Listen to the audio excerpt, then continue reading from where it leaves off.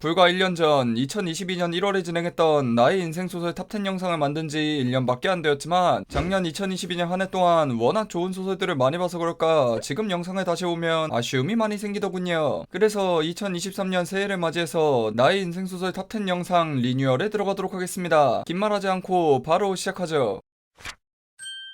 10위는 무림서부입니다. 기본적인 세계관이 무역과 미국 서부 개척 시대가 섞여서 의와 협이 사라진 세상에서 의와 협을 추구하는 낭만을 가진 주인공이 나오면서 벌어지는 일들로 세계관은 퓨전 무협이지만 스토리는 어느 작품보다 정통 무협에 가까운 소설이죠. 세계관도 탄탄하고 무엇보다 낭만적인 스토리에 어울리게 주인공과 조연들 그리고 악당들이 절대 멍청하거나 평면적이지 않고 각각의 느낌은 다를지언정 모두 매력적으로 스토리에 나온다는 게 정말 좋았던 소설이죠. 저 개인적으로는 정통 무협 소설은 진입장벽이 너무 높아서 못 읽는데 이 소설은 세계관은 퓨전 무협에 가깝다 보니 진입장벽이 꽤 낮아서 무협을 잘 모름에도 볼 수 있어서 좋았습니다. 9위는 사상 최강의 오빠입니다. 누군가에게 이 소설을 추천해 읽게 한다면 제목에서 일단 너 그런 거 좋아하니 소리를 듣고 한 5화쯤 보면 나한테 이딴 걸 추천해라는 소리를 들을 법한 누구보다 진입장벽이 높은 소설. 혹시라도 이 영상을 보고 소설을 봐볼 생각이 드시는 분들은 영상 설명에 있는 이 소설 리뷰 영상을 반드시 보시기 추천드리며 초반은 정말 심각할 정도의 진입장벽이 존재하지만 1부 후반부 그리고 2부 후반부에 도착하면 그동안 던져졌던 모든 떡밥들이 회수되며 나오는 스토리와 설정들은 정말 대단하다는 말이 안 나올 수가 없죠. 저 개인적으로는 어두운 분위기의 소설을 좋아하고 큰 그림이 많은 소설을 좋아해서 재미있게 봤지만 오늘 나온 10개의 소설 중 가장 남에게 추천해주기 어려운 소설이 아닐까 싶네요. 8위는 괴담 호텔 탈출기입니다. 제가 지금까지 본 노베피아 작품들 중 가장 재미있게 본 인생작이라는 말이 안 아까운 소설로 연재처가 노베피아이지만 정말 현실적인 등장인물들과 코즈믹 호러와 괴담이라는 느낌을 잘 살리는 개성있는 세계관과 설정들, 미래를 예측할 수 없는 탄탄한 스토리를 가진 소설로 이런 괴담 물류를 좋아하고 미스테리 추리물을 좋아하는 저에게는 너무나 좋았던 소설이죠. 물론 군상극에 가까운 전개 방식과 주인공이 하드캐리하는 게 아닌 모든 등장인물들이 힘을 합쳐서 번갈아 가면서 활약하는 스토리는 주인공 위주의 사이다물이 대세인 웹소설판에서는 맞지 않지만 적어도 저에게는 확실한 장점이라 정말 재밌게 본 소설이었습니다.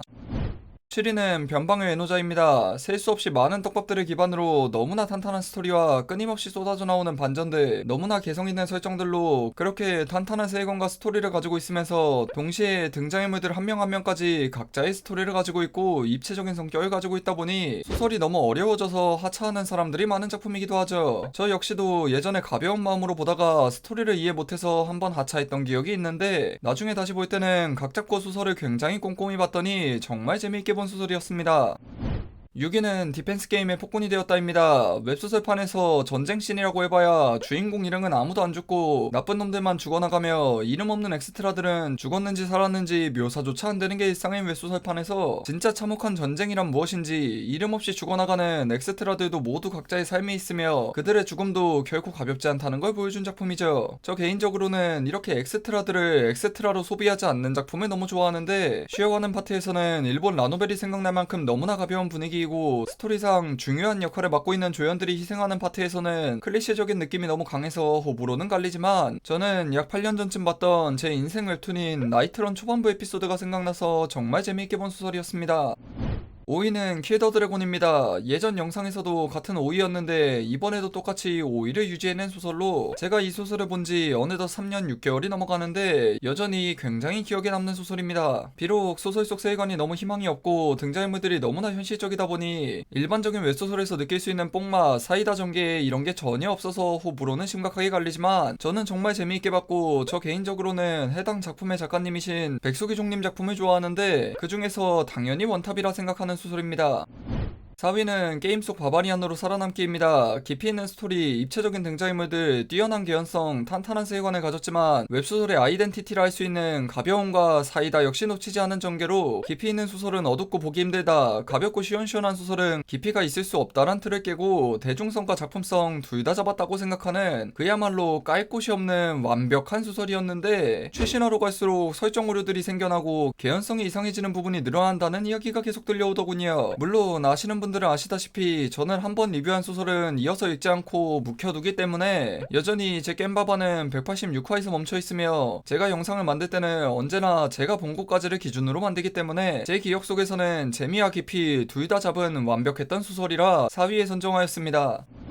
3위는 마법소녀 아저씨입니다. 예전 탑10 영상과 똑같이 3위 유지에 성공한 작품으로 TS물이라는 노베피아를 제외하고는 심각하게 마이너한 장르 때문에 못 보시는 분들이 많지만 저는 이 소설처럼 현실적인 영웅물, 감동적인 스토리를 좋아하는 사람으로 정말 재미있게 본 소설이었습니다. 세계관도 굉장히 개성있고 탄탄하지만 저는 세계관이나 주인공과 제자들의 일상씬보다는 이 소설의 사이드 에피소드로 나오는 과거 회상이나 주인공과 1세대 영웅들의 이야기를 너무나 재미있게 본 작품입니다. 예전에 누군가 저에게 물었던 적이 있습니다. 마법소녀 아저씨가 그 정도 급이냐고. 물론 누군가에게는 이 소설 스토리가 너무 클리시적이다 느낄 수도 있죠. 하지만 적어도 저는 클리시라 느끼지 않고 굉장히 재미있게 본 소설이었습니다.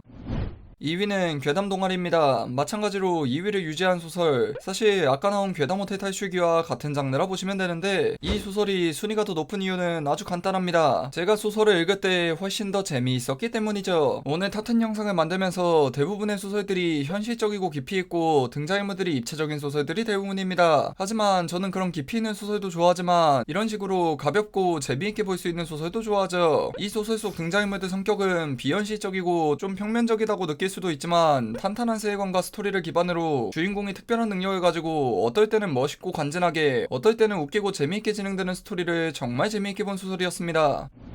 마지막 1위는 임기 첫날에 게이트가 열렸다입니다. 저는 언제나 수많은 현대 판타지 게이트물을 보면서 의문이었던 점이 하나 있습니다. 어떻게 혼자서 나라를 멸망시킬 수 있는 인간 S급 헌터들이 존재하는데 민주주의가 유지될 수 있는지. 물론 소설을 읽을 때는 소설적 허용이다 생각하고 넘겼지만 언제나 그 의문은 남아있었죠. 그러한 상황에서 본 소설이 바로 이 작품이었습니다. 이 소설은 현대에서 현대 판타지가 되어가는 시기 게이트가 열리고 처음 각성자들이 생기는 시기, 일반적인 현대 판타지물에서는 10년 전, 20년 전 이다 이러면서 그냥 배경 설정으로만 남아있는 시기를 중심으로 잡은 소설이죠. 누군가는 이 소설을 수많은 현대 판타지 게이트물 세계관이 존재할 수 있는 이유라고 말하는데 사실 이 소설을 읽어보면 오히려 그 수많은 현대 판타지 게이트물 세계관이 얼마나 비현실적이고 실현되는 게 불가능에 가까운 세계인지를 알 수 있습니다. 제가 이 소설을 1위로 뽑은 가장 큰 이유는 스토리상 영웅이라 불릴 만한 인물들도 결국 평범한 사람이란 걸 보여주는 이야기였습니다. 보통 소설에서 나오는 영웅적인 캐릭터라 하면 고결하고 대단하고 평범한 사람들과는 분명히 다르다는 느낌이 나는 캐릭터들이 대부분이죠. 하지만 이 소설에서 영웅이라 불릴 만한 업적을 이뤄낸 캐릭터들, 주인공 한승문과 특별한 능력이 없는 비각성자인 양판석, 원옥분, 차재균과 같은 인물들도 좀 더 똑똑하고 좀 더 야망 있을 순 있지만 결국 철인이 아닌 우리와 똑같은 평범한 사람이라는 걸 보여주는 스토리가 너무나 좋았습니다. 저 개인적으로 느끼기에 이 소설보다 더 세계관이나 스토리가 탄탄한 소설, 개연성이 좋은 소설은 많아도 이 소설보다 등장인물들 내면 묘사를 현실적으로 한 소설이 없다고 느꼈기에 1위에 선정했습니다.